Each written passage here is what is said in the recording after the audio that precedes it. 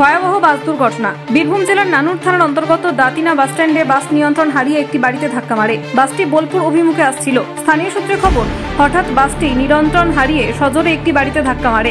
তার ফলে বাড়ির একাংশ ভেঙে পড়েছে। বাসযাত্রীরা বেসামাল হয়ে একে অপরের উপরে পড়ে যায় এবং ভীষণভাবে বাসযাত্রীদের ক্ষতি হয়েছে বলে জানা যাচ্ছে। তড়িঘড়ি স্থানীয় মানুষজন এসে বাসযাত্রীদের উদ্ধার করে বোলপুর মহকুমা হাসপাতালে নিয়ে যান। জানা যায় প্রায় কমপক্ষে 15 থেকে 20 জন আহত হয়েছেন। বেশ কয়েকজন গুরুতর আহত অবস্থায় ভর্তি রয়েছেন বোলপুর মহকুমা হাসপাতালে।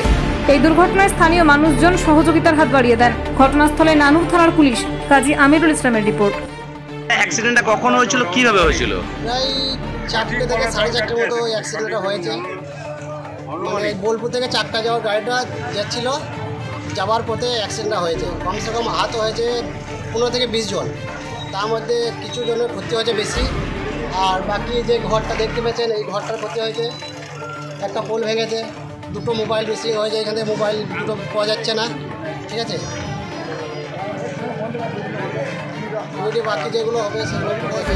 আপনি কি ছিলেন? হ্যাঁ, আমি ছিলাম। আমি আমার দোকানে বসেছিলাম বাইরে। দোকান থেকে আমি সব কিছু দেখেছি নিজের চোখেই।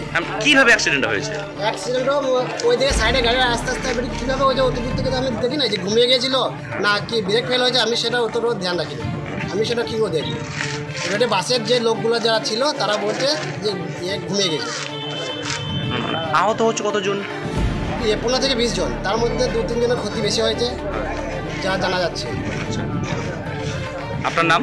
আমার নাম ইয়াসিন মোল্লা।